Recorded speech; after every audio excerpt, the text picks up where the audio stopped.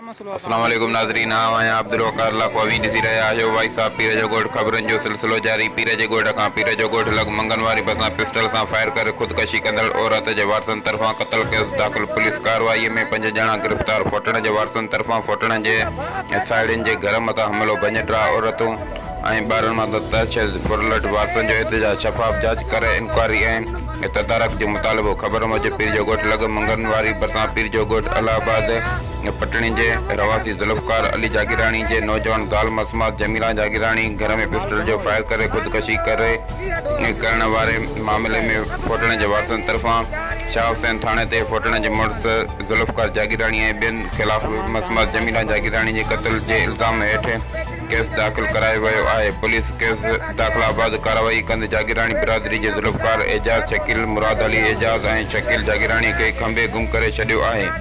हुन वाक़े ख़िलाफ़ जागीरानी बिरादरी जे गुलबार गुल मोहम्मद मसमात निहाला मसमात राबिया ऐं ॿियनि खैरपुर पहुची पुलिस जी ज़ियारत ख़िलाफ़ एहतजाज कंदे ॿुधायो त मसमात जमीला जे मुड़ुस ज़ुल्फ़कार जागीरानी जे तरफ़ां साहेड़ियुनि ख़िलाफ़ दिलबर जागीरानी जो क़त्ल केस दाख़िल थियल आहे, जेको मॉडल कोर्ट खैरपुर में हलंदड़ आहे। हिननि ॿुधायो त हुन केस तां हथ खणण लाइ मसमात जमीला जे वारसनि ख़ुदकशी खे क़त्ल केस बणाए असांखे केस तां हथ खणण लाइ दॿा विझी रहिया आहिनि।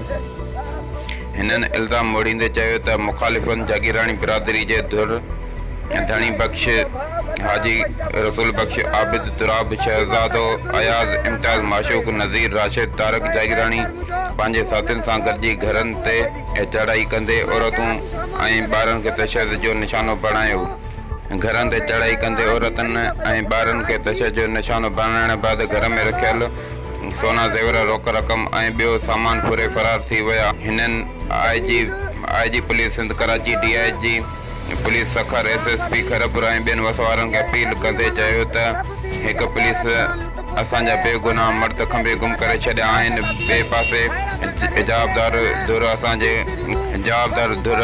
घर ते चढ़ायूं कंदे असांजी ज़िंदगी ज़हर बणाए छॾी आहे। हिननि मुतालिबो कयो त मसमात जमीला जागीरानी जे क़त्ल केस जी शफ़ाफ़ जांच कराई वञे ऐं खेनि इंसाफ़ फ़राहम कयो वञे। रिपोर्टर अब्दुल हई लाखो पीर जो ॻोठ।